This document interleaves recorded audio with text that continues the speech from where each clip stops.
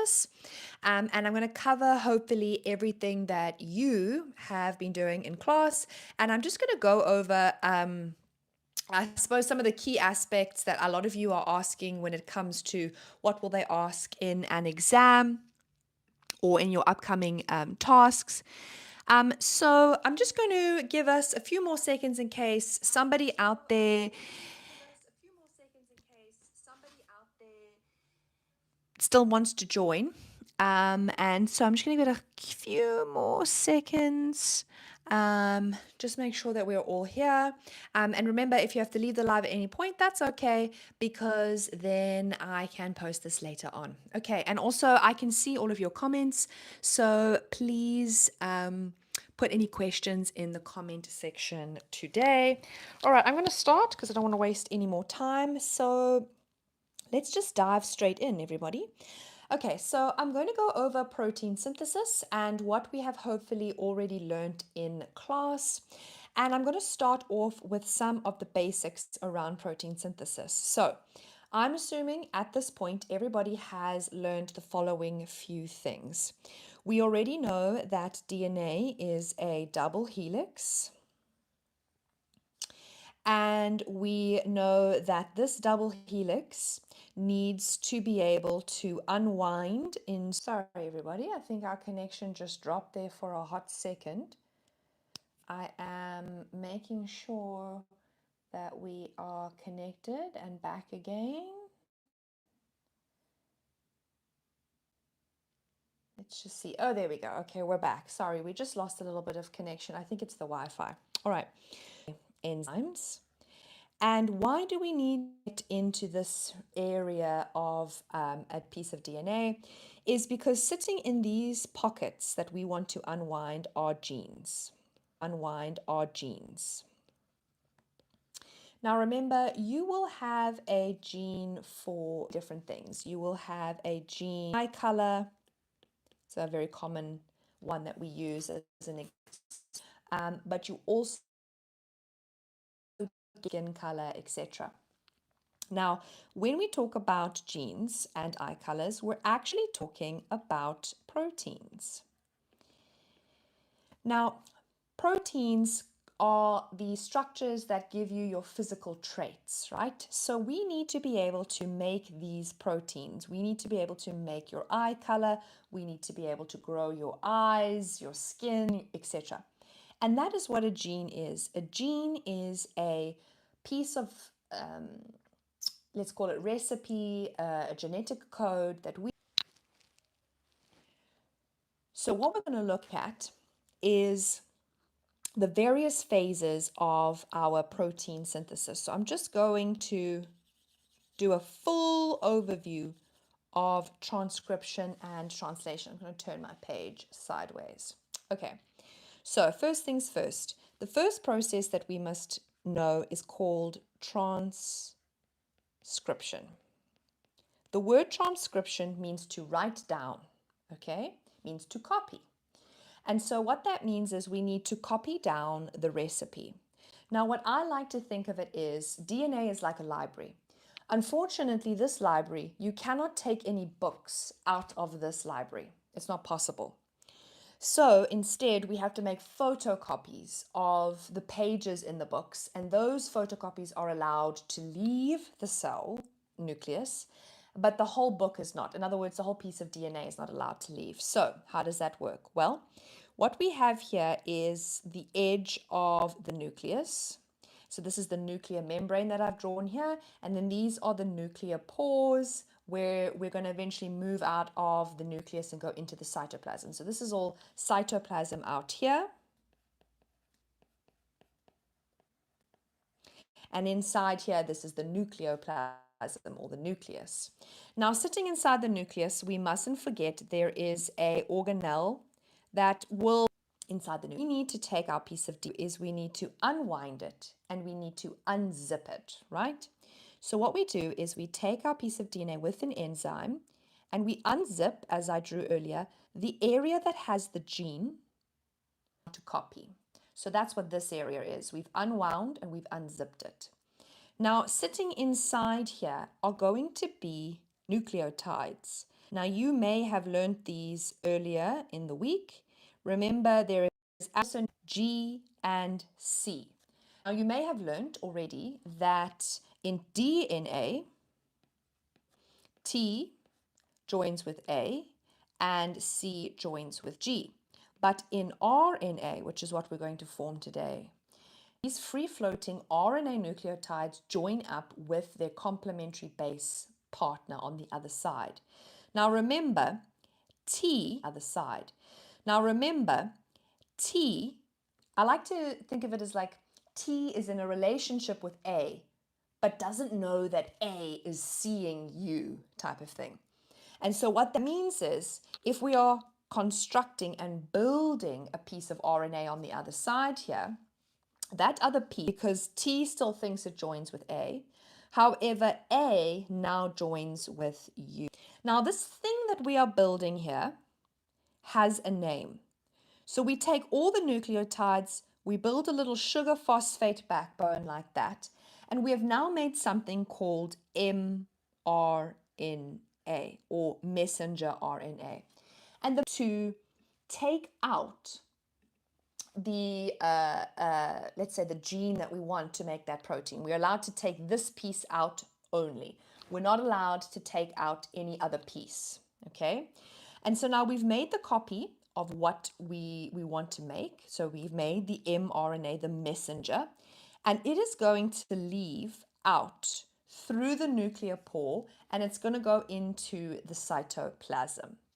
Now, it's important to know the next thing, and that is the DNA doesn't just stay open, hanging like this. Instead, it goes back to rewinding and re-zipping itself back up again, like so. So it's re-zipped and it's rewound. That's to protect the genes.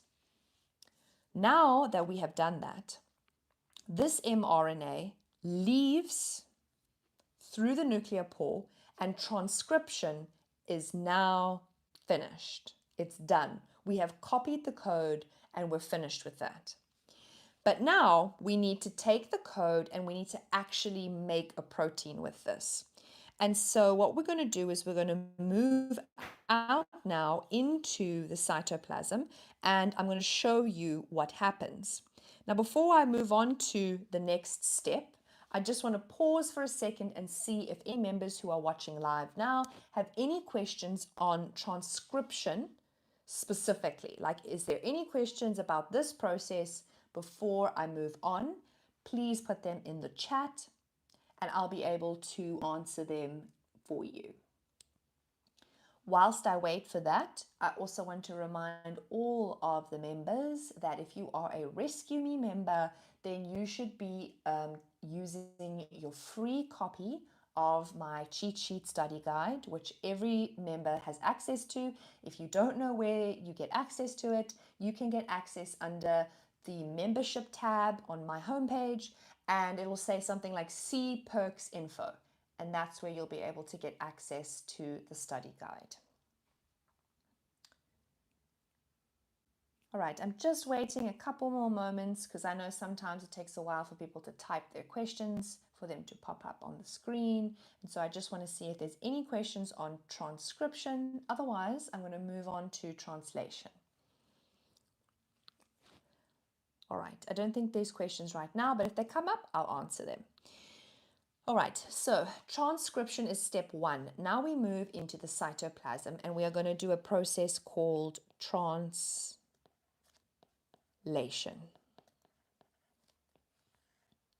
Now, I like to compare translation to taking a recipe and cooking now. And in order to cook, we need a few things. Number 1, we need a recipe, right? So the mRNA is my recipe. Now, I'm going to add on just one more letter here. And if you know why I'm adding on an extra letter already, that's fantastic. But I need to write this in 3s. So I'm just going to quickly copy down my letters that I had earlier, and I'm just going to add on one more letter. Okay, so here is our mRNA, and it has left out of the nucleus. So now we're in the cytoplasm and we've got our recipe. That's the first thing we need. The second thing we need, if we're going to cook, right, we need a kitchen. And the kitchen in protein synthesis is the ribosome. And very often ribosomes are drawn as like these like coffee bean shaped structures. And so what happens is the mRNA is attracted towards the ribosome and it inserts itself into the ribosome. So I want you to imagine that what I'm about to draw is inside the ribosome. So what happens is our little piece of mRNA enters in, and this letter code that we have here, we need to read that. We're reading the ingredients, right? So we've got the ingredients, the recipe, and we have the kitchen. Now what we need to do is we need to take the recipe and the kitchen and we need to make food, but we are missing a very important component, and that is ingredients. You know, we don't have carrots and onions and we don't have meat, so we can't make our food. We just have a recipe and a kitchen. So in order to complete this, we are going to need someone to deliver the ingredients. And that is where we use something called transfer RNA or tRNA. tRNA kind of looks like a 3-leaf clover kind of shape. You'll see that in a lot of textbooks. And sitting at the bottom of a tRNA are 3 letters that will be complementary to the mRNA. So let's just quickly label this. This is the tRNA, and it has 3 letters at the bottom that will be complementary. Now, if we are reading this, okay, let's say left to right, we're going to read the first 3. The complementary letters that are attracting this tRNA would be A, because it joins with U. This would be G, because it joins with C. And this last one would be C, because that joins with G. So those are the complementary letters. Now, we need these letters to be complementary because this tRNA or transfer RNA sitting at the back over here has a very important package. This package over here is an amino acid. And amino acids are the building blocks of proteins. So we now need to deliver this amino. This amino acid is not permanently attached here. It will break off and a new one can be attached here later, but I'll get to that part shortly. So we are reading the recipe in the kitchen and along comes our delivery man. And the delivery man, which is the tRNA, floats over and joins and connects its complementary letters that are on the tRNA to the mRNA. Now these letters, right, you will notice I've written them in 3s, and that is because they come in what we call codons. What we call the 3 letters on the tRNA is called an anticodon. And no surprise, if it's the opposite on the mRNA, these 3 letters are called the codon. So for every codon, there is an anticodon that matches it.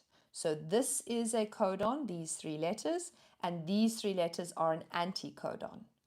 What we have is the tRNA being attracted, so its anticodon is attracted to this codon, and they partner up.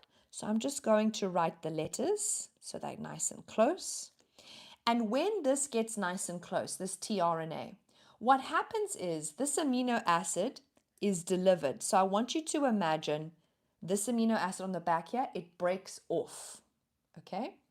And it breaks off, and this tRNA is now, I want to say like naked at the back here. This is where it was attached. You see up there, it was attached there. It's now gone. It still has its 3 letters at the bottom, which was G and C. They're still there, but no amino acid. It now goes off back into the cytoplasm to find another amino acid. Now, this is just one amino acid. We can't make a protein with just one amino acid. We need actually more than 50 to make a protein. So what happens? We read the next three letters. So that means there is a tRNA floating in the cytoplasm that will be complementary to this. So this codon is UAC, and it will be complementary to an anticodon that will be AUG. That anticodon will deliver another amino acid. And so I'm going to pretend like it's delivered the amino acid, and there it is, that little block. And now we've got two amino acids, but we cannot let the two amino acids just float out in the middle of nowhere. We need to hold them together. And what that is this little, I almost want to call it like a little bond here in the middle. We need to bond our two amino acids together because we need 50 of these in a long chain. So to do that, we attach our amino acids over here with something called a peptide bond. And what we do is we add more and we add more. And what does that mean? It basically means that we keep on adding more amino acids, which means more and more and more tRNAs deliver, and we get a long chain. Now, I've only drawn a piece of mRNA that had a total of 2 codons in it because, just to remind you, this is a codon, so that's 1 codon. And this is a different codon, right? So I've actually only drawn 2 codons, which means that is one amino acid and that's another amino acid. But this, if you imagine, must be really long. You know, you've got to have actually 50 codons so you can make 50 amino acids. Once you've got 50 amino acids joined together like this, we now have something called a polypeptide. And that is now officially a protein. Now, once you have a protein or you have a polypeptide, you have a structure that is actually usable and you can use it for growth. So let me give you some top tips for when you are studying. When you're studying this particular section, what you need to do is you need to be able to identify all of the structures here. What is DNA? What is mRNA? You also need to be able to identify that this is the nuclear membrane and these are the nuclear pores. You need to be able to identify the nucleolus, the nucleoplasm, the cytoplasm. You also need to be able to identify the ribosome, the anticodon and codon, as well as the tRNA and the amino acids as they form. So you need to be able to identify all of these structures, and that's really, really important.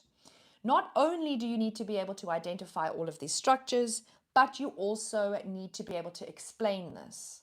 Now, grade 12s, no matter what your textbook says, at the end of the year, in the final exam, or if you are rewriting this year in June and July, this whole explanation must come from your guideline, from your exam guideline.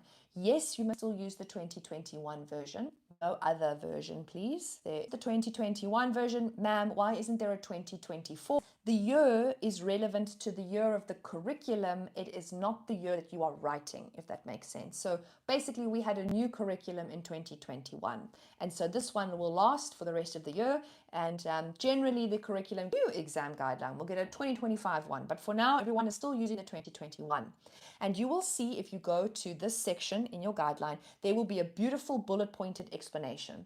And that's what I want you to learn off by heart, as is. Use the words they give, you know. One side is used as a template.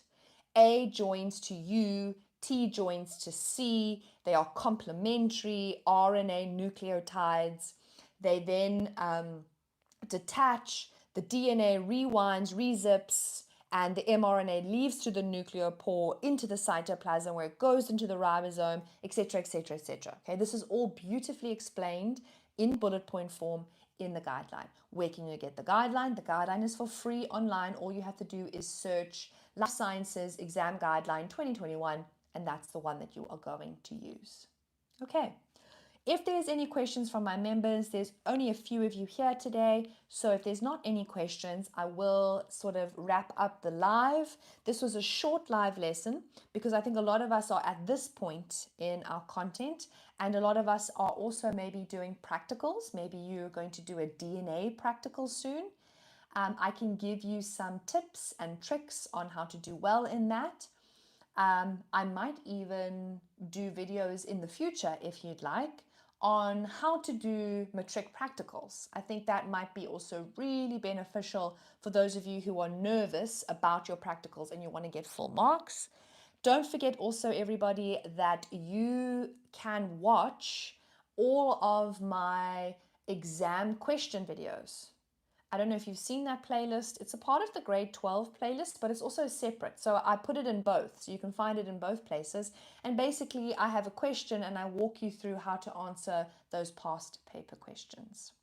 Okay, I'm having a look at the question panel, and I'm just going to see if anybody has any questions for me on protein synthesis.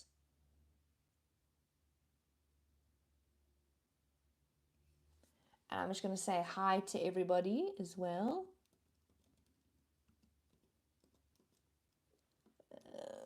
Oops.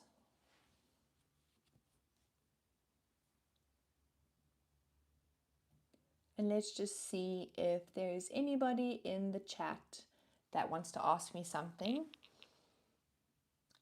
And remember, you can ask me anything about DNA, about protein synthesis, any of the topics that you have done in class that you want me to clarify.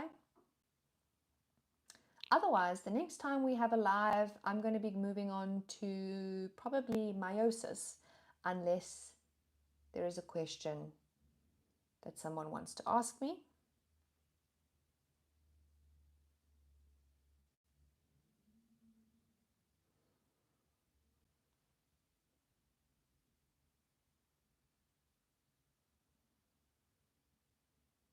Don't see anything in the chat.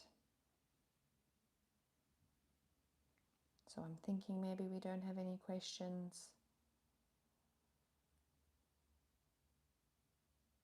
If you do think of something, members, you're more than welcome to put it in the comments section after this video is uploaded.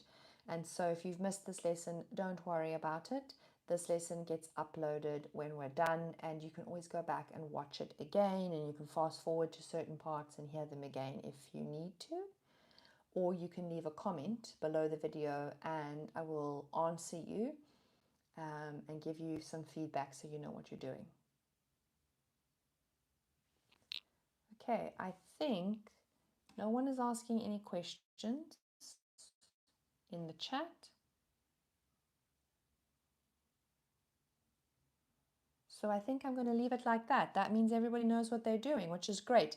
DNA is a really lovely topic. If you struggled with this a little bit, it's okay. This will be one of the easier topics, though, I will be honest. This will be one of the easier topics we do in matric. Meiosis is a little bit harder. It's a lot more to wrap your head around, so just prepare yourself for that. And if you want to prepare ahead of school and advance, don't forget, you must just watch the grade 12 playlist in the order that it is now. Go and watch my meiosis videos.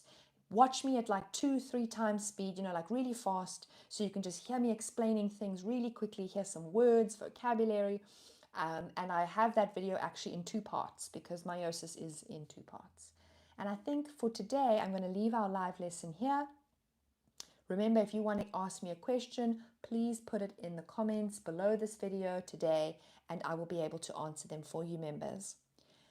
Keep an eye out always on the socials because I will post our next live lesson day as well. And if you have a specific lesson topic that you would like me to cover, then please also comment that too. And if there's no more questions, I'm going to say I'm going to see you guys soon.